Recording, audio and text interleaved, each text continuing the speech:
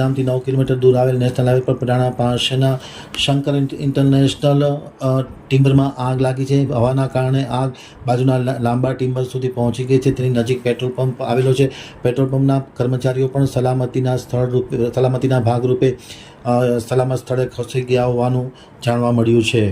હવે જોઈએ ગાંધીધામ આમતક ન્યૂઝ બ્યુરોનો એક વિસ્તૃત અહેવાલ. ગાંધીધામના પડાણા પાસે ટિમ્બરમાં આગ લાગી હતી. આગ લાગવાના કારણે બાજુમાં પણ પવનના કારણે ટિમ્બરમાં આગ પ્રસરી હોવાના સમાચારો મળી રહ્યા છે. ગાંધીધામથી 9 કિલોમીટર દૂર નેશનલ હાઈવે ઉપર પડાણા પાસે આવેલા ટિમ્બર યુનિટમાં ભયાનક આગ લાગવાની ઘટના સપાટી ઉપર આવી હતી. અહીં આવેલા શંકર ઇન્ટરનેશનલ યુનિટમાં આગ ભભૂકી ઉઠી હતી. હવાના માધ્યમથી બાજુમાં આવેલા લાંબા ટિમ્બર સુધી પણ આગ પહોંચી જવા પામી હતી. આગને ઓલવવા માટે મહાનગરપાલિકા, DAP, કંડલા સહિતના ફાયર બ્રિગેડના વાહનો ઘટના સ્થળે પહોંચી ગયા હતા. આગ ઓલવવાનું કામ ચાલુ રાખવામાં આવ્યું છે. હજુ સુધી આગ ઓલવવામાં આવી નથી, પરંતુ કયા કારણોસર આગ લાગી છે તે હજી જાણી શકાયું નથી. આગવાળા પ્લાયવુડના યુનિટની બાજુમાં પેટ્રોલ પંપ પણ આવેલો છે. પેટ્રોલ પંપના કર્મીઓ અગમચેતીના ભાગરૂપે જગ્યા છોડી દીધી હોવાની ચર્ચા ચાલી રહી છે. આગ ઓલવવાની કામગીરી યુદ્ધના ધોરણે ચાલુ રાખવામાં આવી છે.